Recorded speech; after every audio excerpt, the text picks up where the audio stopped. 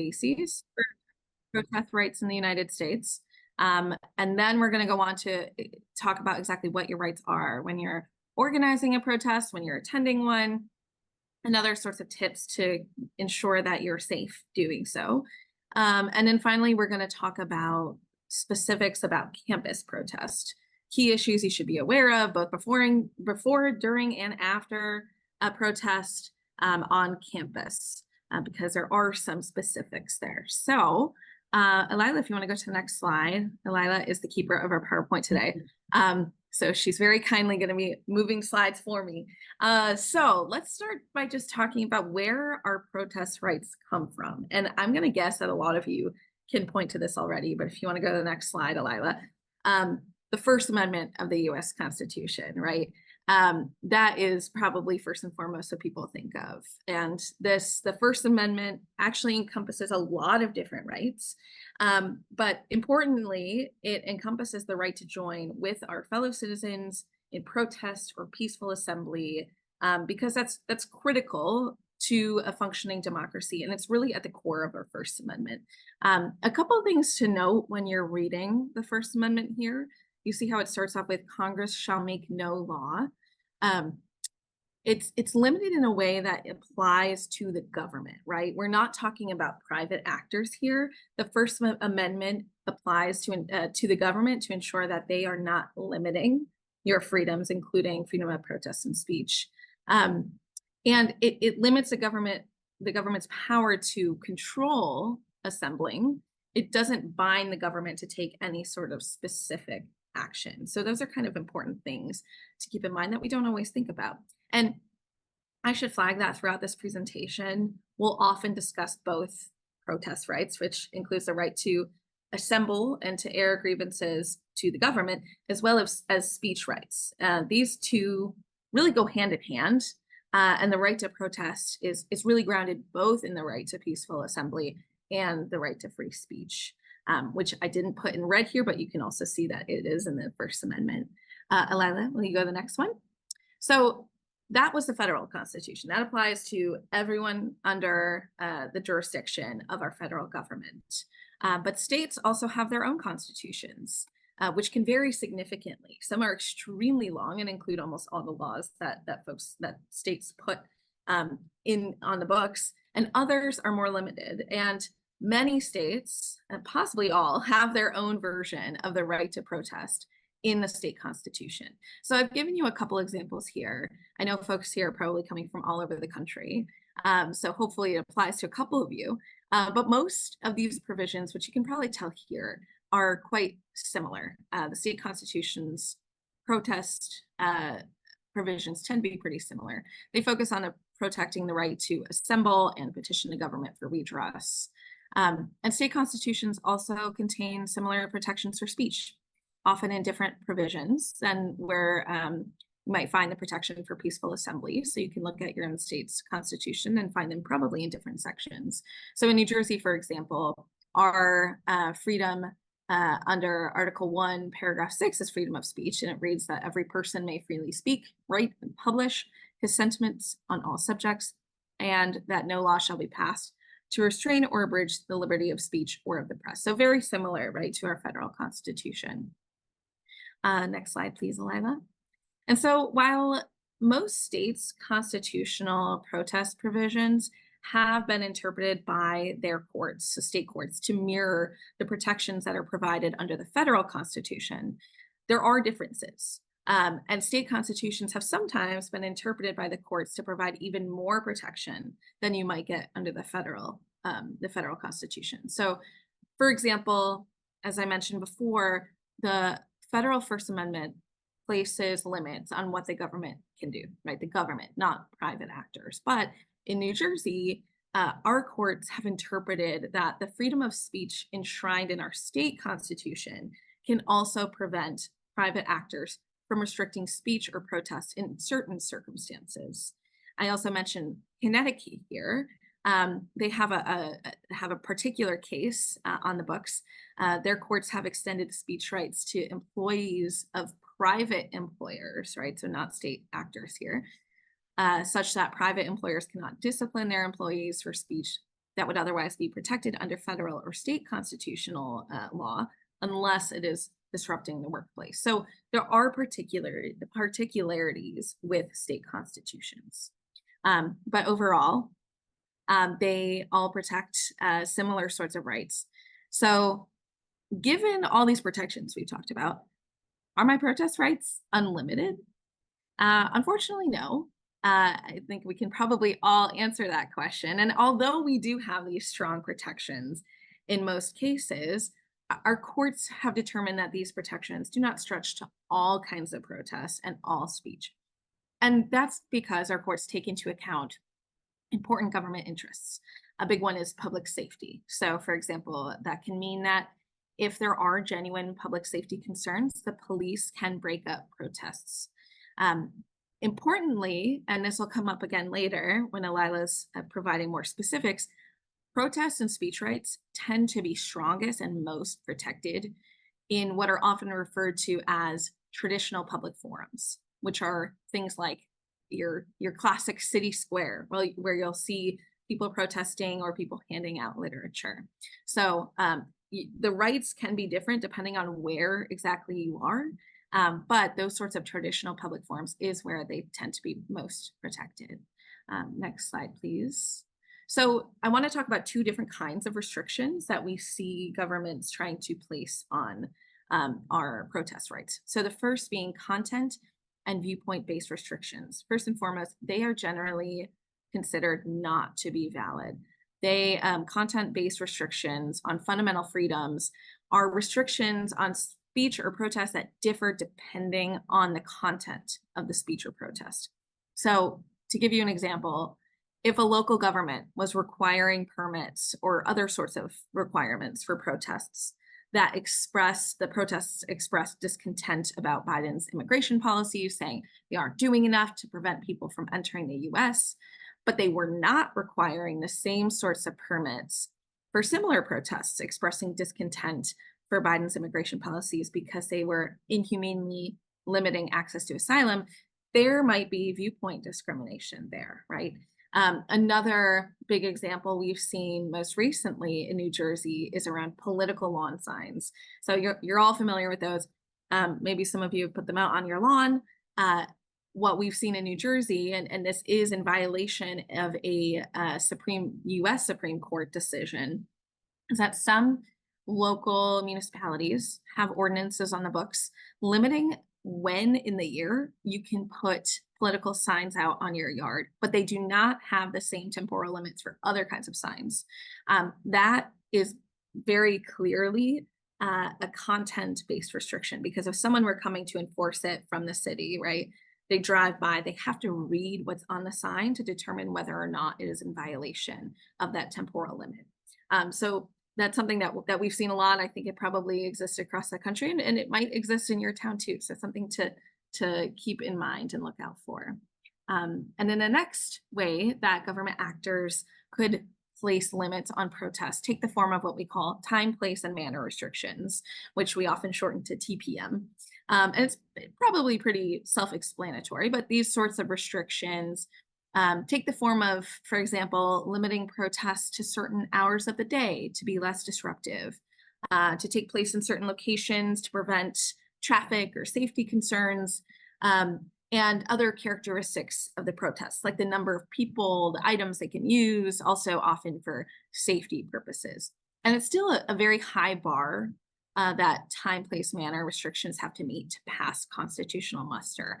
I put it here, this is actually a specific language, that any sort of these restrictions have to be very narrowly tailored to further a significant government interest, think, for example, public safety, and they have to leave open alternative channels of communication. So other ways that people are able to communicate the same message to the targets of that communication. Moving on to the next slide then. So where do all these other limits come from, right? We know the protections in the federal constitution and our state constitutions, but we have these other sorts of restrictions that can come into play, and they could take the form of different things. So the first being case law, so judicial opinions, right, that interpret our rights under either the federal and or state constitutions. Depending on how a court decides a case, that could either expand protections for protest activity, or it could place limits on those sorts of rights. And there are going to be differences between different states and how our state courts have interpreted how broad our rights are and have applied our rights to different circumstances.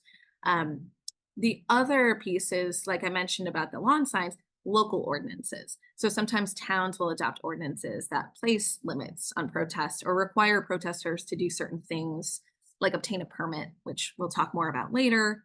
And depending on what the ordinance says, these restrictions may be valid under federal and state law, but like the political signs, they might also be in violation of the law and have to be amended. And then lastly, which we'll discuss more, there are sometimes practical considerations that have the effect of limiting protest activity. Personal safety, obviously, is a big one. And we'll talk about this a little bit later. So now that we know kind of the foundation of all of these rights and what limits may or may not be there, I want to provide an example and a case study. And this comes from a case that I worked on. It resolved a couple years ago. It started in 2020, way back when. And the case itself is called DeGees v. Torres. And just for context, DeGees is the name of a county executive in New Jersey, so top guy in the county. And Torres is the name of a protester. So this is a suit brought by the county executive against Torres and actually several other protesters too. So if you can go to the next slide, Elyla, here's a picture of them. Torres, I think, is front right there, but all of the folks were either named or were kind of treated as John Does in the litigation. So here's the story. It's December 2020. There is a group of protesters. There's around a dozen most nights. I think this photo right now was probably the extent of the group that night, who are going out every night outside the county executive's house to protest.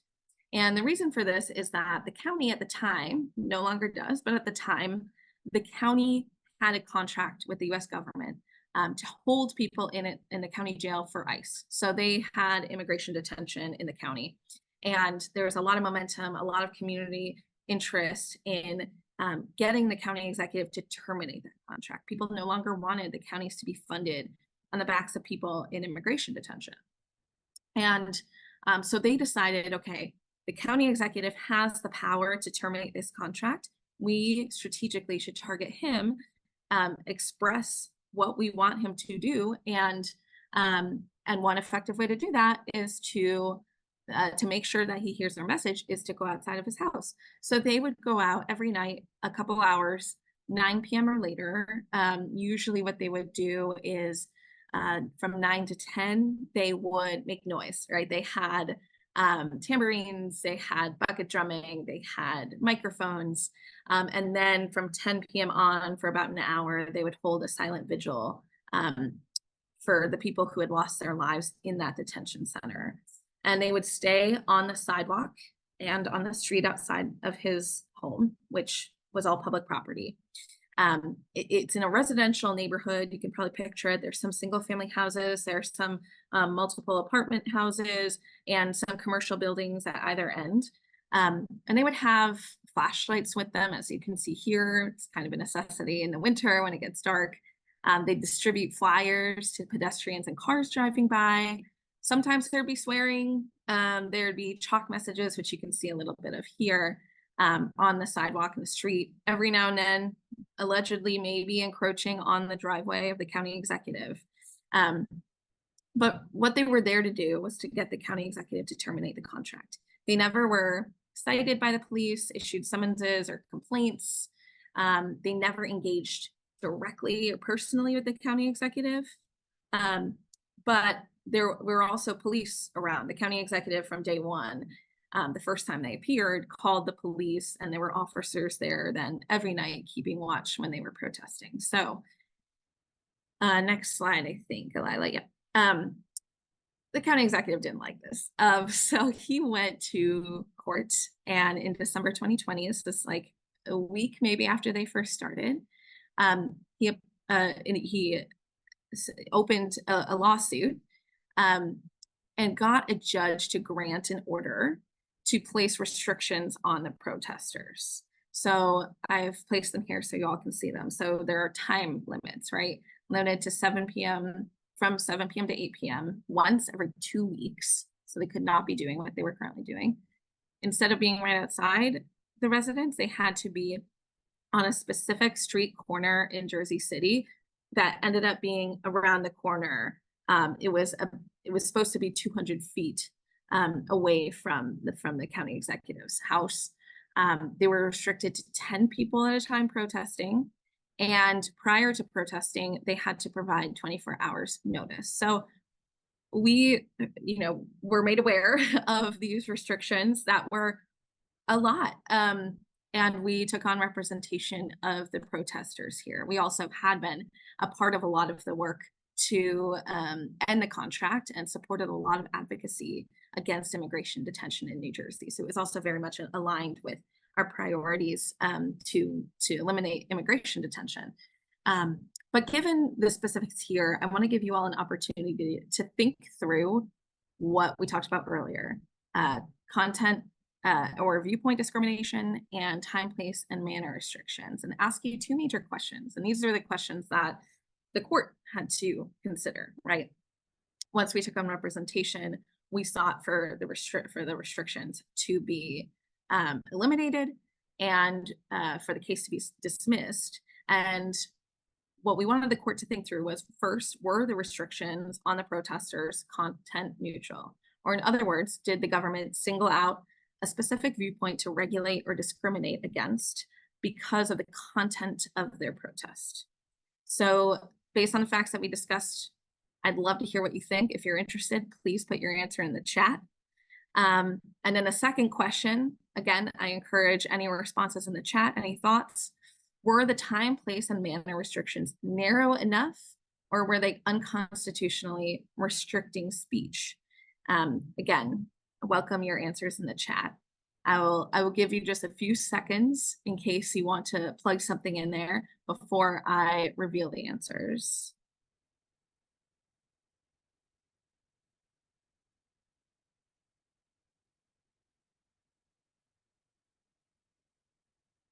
And no pressure to put anything in there. Not neutral. Okay. All right, Sarah says not neutral.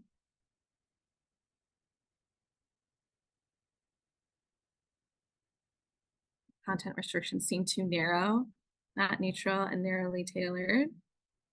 Not true. Wow, there's a lot of people saying they aren't neutral.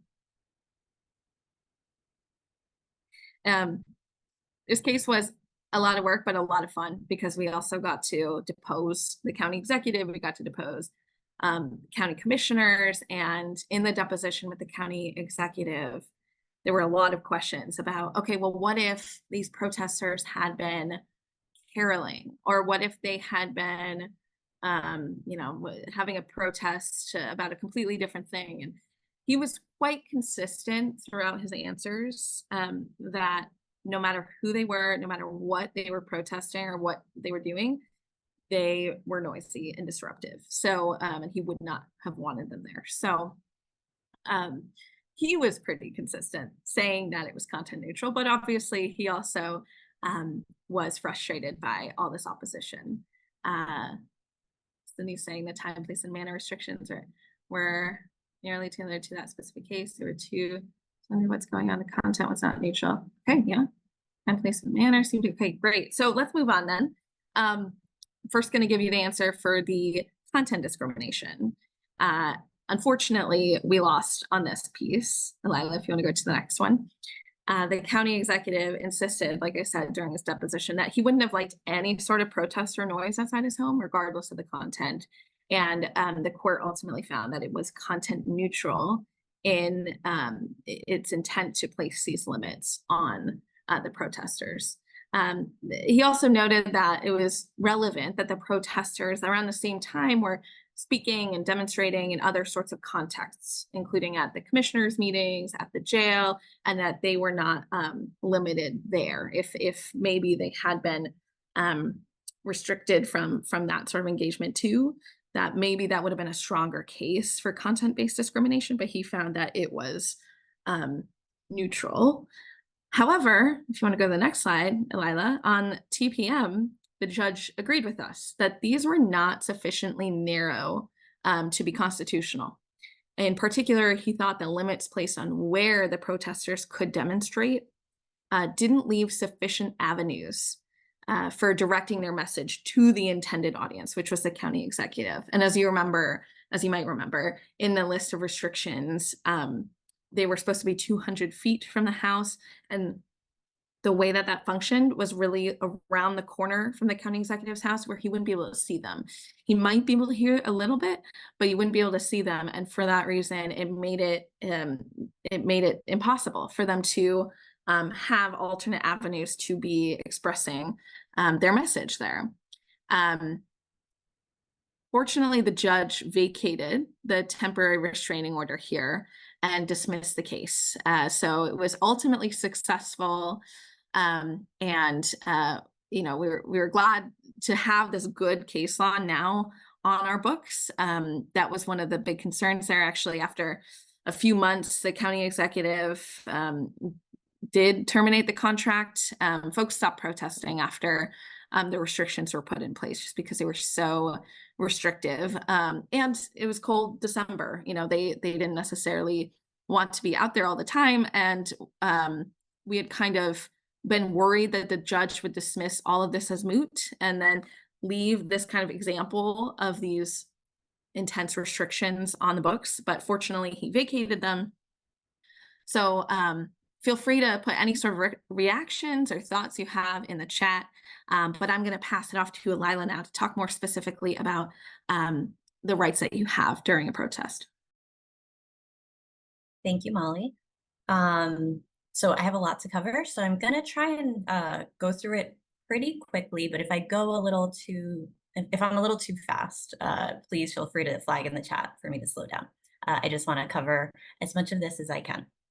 All right, so what are your rights? What are your rights while organizing a protest? So Molly, did a great job of laying out where these rights come from, and I'm going to focus a little bit more on the practical aspects. So what to keep in mind when going to a protest, what your rights actually are. And just a heads up that some of this might be a little repetitive, because I'm going to touch upon some of the. Sorry, my button got stuck.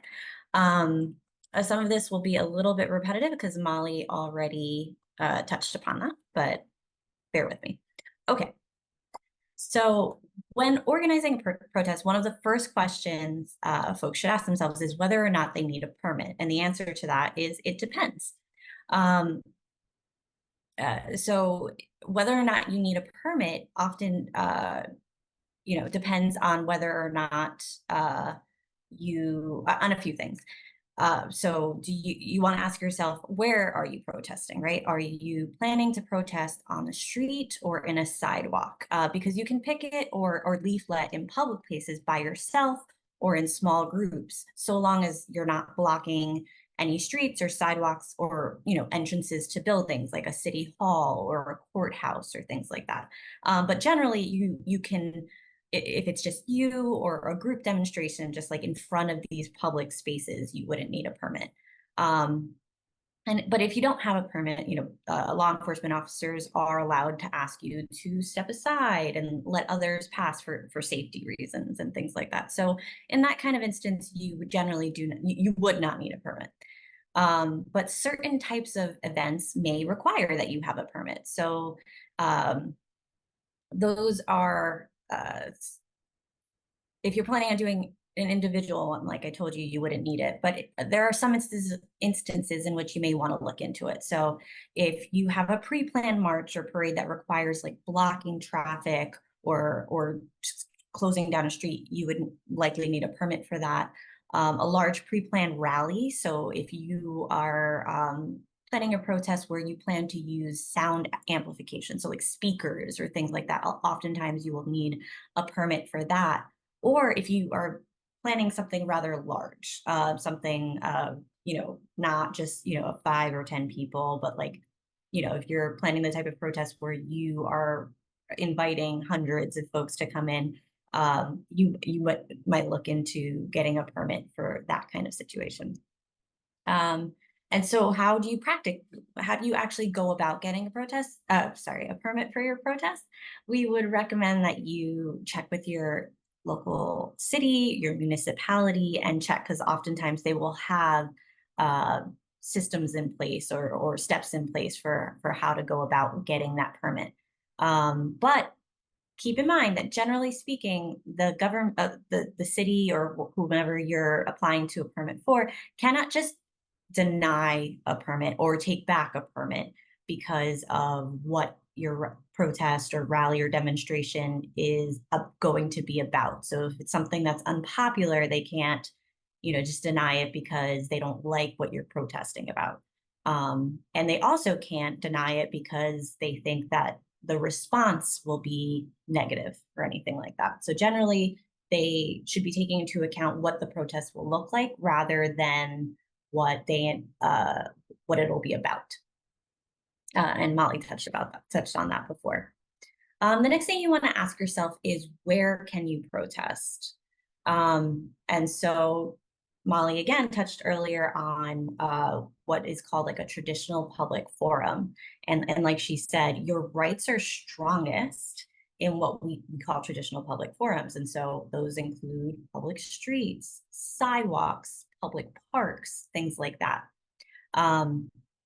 And so you are likely to have the right to speak out on public property, like government buildings, so long as, like I said before, you're not blocking access to the building or interfering with the purpose that the building is designed for, right? So you're not stopping folks from going to their court appearances or otherwise, business, right? Like public business, like folks trying to get into City Hall. So what about private property? So in New Jersey, we've established through a case a few years ago that even certain areas in malls can be considered a traditional public forum. So there's this case, it's called the New Jersey Coalition Against War in the Middle East versus JMB Realty Corporation. And in that case, our state Supreme Court decided that in New Jersey, your free speech protections protect leafletting in shopping malls, because shopping malls have become the new downtown or the new town square. So those who are familiar with New Jersey may know that we have a lot of malls and that they're popular gathering spaces for people. So our courts ruled that people have a right to leaflet in certain areas in malls. So that's something to look into if you're planning a protest in your state. You might want to see if there are places that are not technically public that still have these kinds of protections. But we would strongly suggest checking into that before you did that. But also in red, you'll see that to be safe, protesters should attempt to gain permission of these private property owners before you protest there, just to make sure that there are no issues. Okay, this is that one.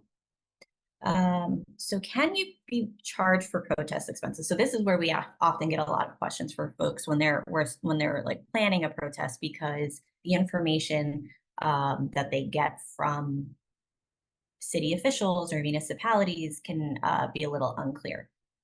And so generally, the attempt to charge individuals for more than the government spends on, administrative costs or things like that, is a violation of the First Amendment, right? And so they can't basically charge you to protest. But what we've seen is that some municipalities will try to pass on costs to protest organizers through a couple different ways, right? So they'll try to charge organizers and protests for police escorts and how much they have to pay police for overtime costs. We'll also see them, try to charge people to apply for permits. And then also insurance policy requirements, which I'll talk about a little bit more on the next slide, which means they're basically asking you, if you're planning a protest, to pay for an insurance policy, which sometimes can be a ton of money. And so that's something that we have been involved with in the past.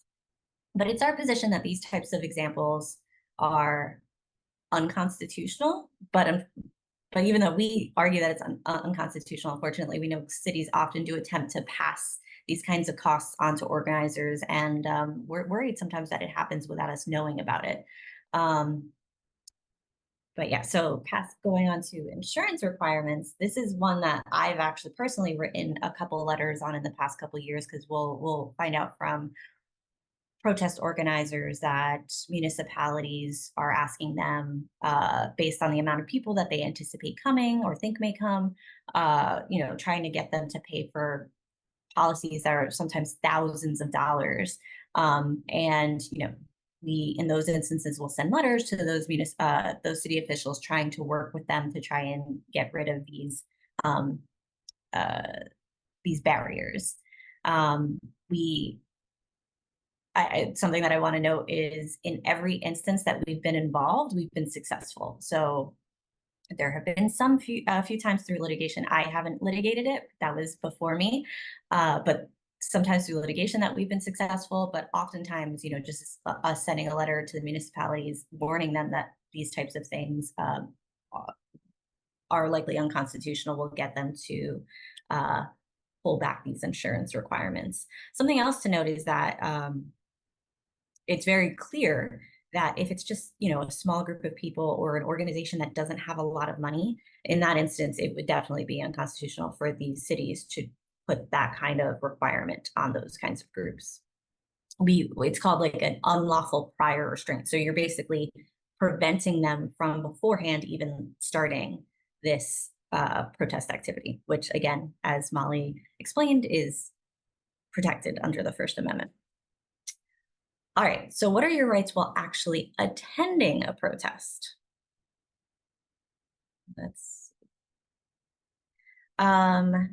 So as Molly covered earlier, protesters have a number of protections on the First Amendment of the United States Constitution. So the government can even though they have those protections, the government can place limits on individuals during a protest, such as reasonable time, place, manner restrictions, what Molly was referring to as TPM. But the government cannot place limits on the content of your speech. So, what you're protesting about, they can't limit that. However, generally, the only time that the city can get involved is if there is, or like that they can, sorry, not city, but public officials can break up a protest is if there is a clear and present danger of a riot, disorder, threat to public safety, or something like that. That is the only time where they can actually come in and break up this type of protest. But I should note that police officers have a very broad view of what a threat to public safety entails. And so even when their orders may not make sense, protesters should follow those orders. Also, protesters can be arrested for encouraging imminent violence or other immediate illegal activities that threaten harm to people or property. So you can be arrested for threatening to harm another person, for example. Also, like any type of violence or property destruction is not protected by the First Amendment, even if you do it to express a political message. So what about counter protesters? So oftentimes during protests, you'll see counter protesters show up. And their right to be there is also protected by the First Amendment. So just like someone has a right to protest on something, someone also has a right to come along and protest against that protest. Both are equally protected under the First Amendment. So a key First Amendment principle to keep in mind when dealing with counter protesters is that all protesters should be able to convey their message to whoever their intended audience is. So whoever they want to hear their message, they should be able to relay it to them. And so while police may separate the groups enough to just ensure safety, they can't do so to the extent that it takes away one's ability to get that message across. This is called like a heckler's veto. And so I'm going to fly through the next couple a little bit. So so what about interactions with law enforcement? What should you know? And I want to take a second here to flag that realistically, there's often a gap between how these interactions should go legally and how they actually go. So with that, I'll just say So I'll move on to what the role of police it should be during protests. And that's generally, the police should be there to help protect a person's right to protest. So they're protecting the protesters and their activity. They're not supposed to be they're not supposed to be suppressing the speech at all. They're not supposed to be shutting it down. And often we'll get questions about whether or not police can search bags and containers without probable cause. And if you are entering a secure area, because sometimes there are like areas of protests that are blocked off, yes, they can make sure that you're not bringing in anything that, like they can make sure that you're not bringing in a weapon or anything like that. So sorry, I'm just realizing the time, so I'm going to fly through these. And so can police search demonstrators? They can't actually search you. So that and there's a lot of distinctions here, but I'll just fly through them. They can kind of frisk to make sure, outside of secure area that is. But they generally cannot search you unless they have reasonable articulable suspicion to, so what we refer to as like probable cause that you have some type of contraband on you. So drugs, paraphernalia, things like that. And, people who are organizing protests should keep in mind that undercover police can legally monitor protest activities. So they can look at your internet postings, anything that you put public, they can look at, they can record and, find out information about the protests ahead of time. And then just generally orders to disperse, shutting down a protest through a dispersal order must be a law enforcement's last resort, as I mentioned before. But again, that's just if there's like a threat to public safety. Gonna fly through here because I think we have about 10 minutes left, if I'm correct. And okay, so about filming and photographing, you do have a right to photograph or videotape police officers. I'm going to share a resource, or we're going to share a resource at the end of this presentation about your law enforcement role in protest activity. We'll give a link in the chat and that'll cover some of this. So I won't spend too much time on this, but yes, you have a right to photograph and videotape the police. That is also covered by the First Amendment as long as it's in public spaces. Police officers cannot confiscate that or demand to view it. But keep in mind, again, that officers may legitimately order citizens to cease activities that are interfering with their operations. Molly, do you want to touch on the special considerations for non-citizens? I'm going to say a couple quick things so you can just walk through the slides, Lila. And I'm placing a link in the chat for folks. There are things that non-citizens should probably keep in mind. They have the same rights as citizens in protest, but there can be risks to non-citizens. You might be flagged to ICE if you are arrested. Having a criminal record could put you into removal proceedings or disqualify you from certain immigration relief. And so there are some special best practices for non-citizens when they are protesting. If you want to just keep going, Elyla, including developing a safety plan so folks know what you're doing and know how to help you if you are ultimately arrested. And to be careful not to keep any sort of foreign documents on your person when you're protesting, unless you are a lawful permanent resident or have a green card, in which case you do have to carry it. But generally speaking, and this is true for everyone, but especially non-citizens, to avoid providing any sort of false information or false documentation when you're being questioned. So I put that link in the chat, and if you or a loved one are out there protesting and you have any concerns based on immigration status, I would recommend checking out that Know Your Rights from NILC, and I'll pass it back to Elyla. All right, I'm just going to say a quick note about civil disobedience to say that it's important to note that there are major differences between protest activity, which is constitutionally protected, and civil disobedience, which is not. And so the civil disobedience is like peaceful but unlawful activity as a form of protest, for instance, like occupying private property, which can be prosecuted. And so, just keep in mind that there is not a constitutional protection there.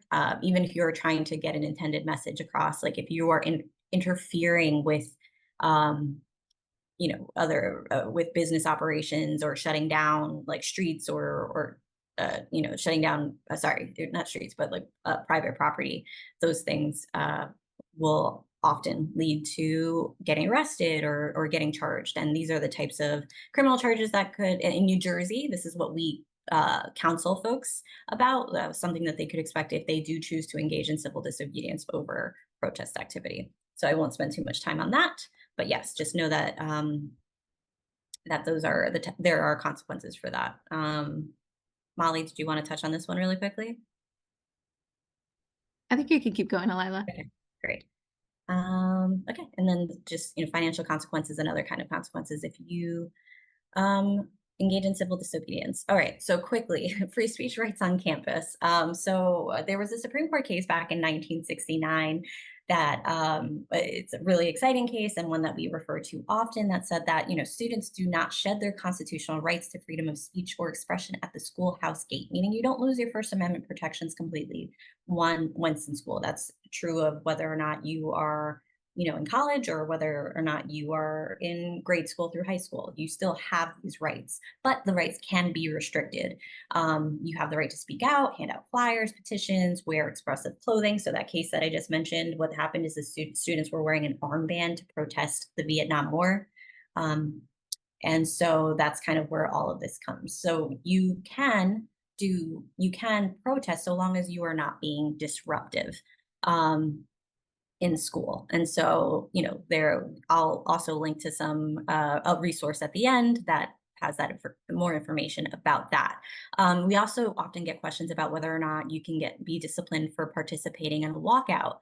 But because the law in most places requires students to go to school, schools can discipline you for missing class. But what they can't do is discipline you more harshly because what you were trying to do was convey a political message or that there was a political nature of your action. It should be more it's akin to being punished for like cutting class rather than engaging in political protest.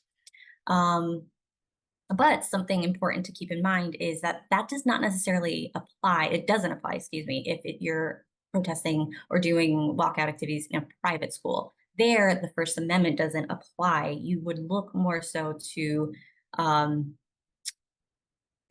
what the student handbook says. What do their policies say? So you would want to look at that. You wouldn't necessarily have those same types of First Amendment protections in private school. And same thing to keep in mind about college campuses, right? And so if you are looking to protest or engage in protest activity, demonstrations, things like that, the first thing you want to do is figure out if you're in a public institution or a private institution, because again, in a private school, like in in New Jersey, there's a school called Rutgers University. That's a public university. You would have more First Amendment free speech protections there than you would at a private institution like Princeton University or smaller private schools than that. Sorry, let me just look at the time. Okay. So what are your First Amendment rights if you attend a public institution? First Amendment protects the rights of students in public colleges and universities to express their opinions, even if others disagree with them. Spoken and written words are not the only things that are protected. First Amendment protects other expressions like symbolic clothing, just like in the Tinker case that I mentioned before. And yes, you do have a right to protest on campus in public institutions, like I mentioned before. But so students have a constitutional right to engage in peaceful marches and demonstrations. Some examples of, but so long as you're not substantially disruptive, and that would, include immediate, like blocking entryways and preventing classes from continuing. So just really quickly, in New Jersey, we were actually engaging with this a few months ago. As some of you may know, there was a flurry of campus protesting towards the end of the semester, and towards the end of the spring, and around protests for Gaza. And in New Jersey, we were reached out to by a lot of students, and two of the schools that we heard from the most were schools that had school encampments. And that one of them was Rutgers University public, and one of them was Princeton University, which is private. And we had to counsel them differently, right? And so again, because Rutgers University is public, they had First Amendment protections that students at Princeton University didn't, because technically Princeton University is private property. And so we had to point a lot of the private Princeton students to their policies, and then Rutgers University, we canceled them much in the same way that we did in the early part of this presentation. All right, sorry, had to fly through that. And I know we don't really have time. I think we have a minute left. Sorry that we didn't really have time for questions. Let me see if I can get some of these links in the chat. Molly, did you want to add anything before? I just wanted to, I got nerded out about the stuff at the beginning. So hopefully that didn't cut too much into talking about everything else, but we can share our contact information too, so that if you have any sort of questions, specific questions, you know, obviously we are here to advise folks in New Jersey. There are ACLU affiliates across the country, and they will often have state-specific Know Your Rights resources. So if you're not in New Jersey, but you have questions and want to learn a little bit more about your specific state, I would encourage you to go to those affiliates. But I can just type my name or my email in the chat in case folks want to follow up with anything. Thank you so much, Molly. The state affiliate plug is a great one. We encourage you to go check out your local state affiliates. Yeah. Thank you, everybody. Hopefully you found some of this information useful.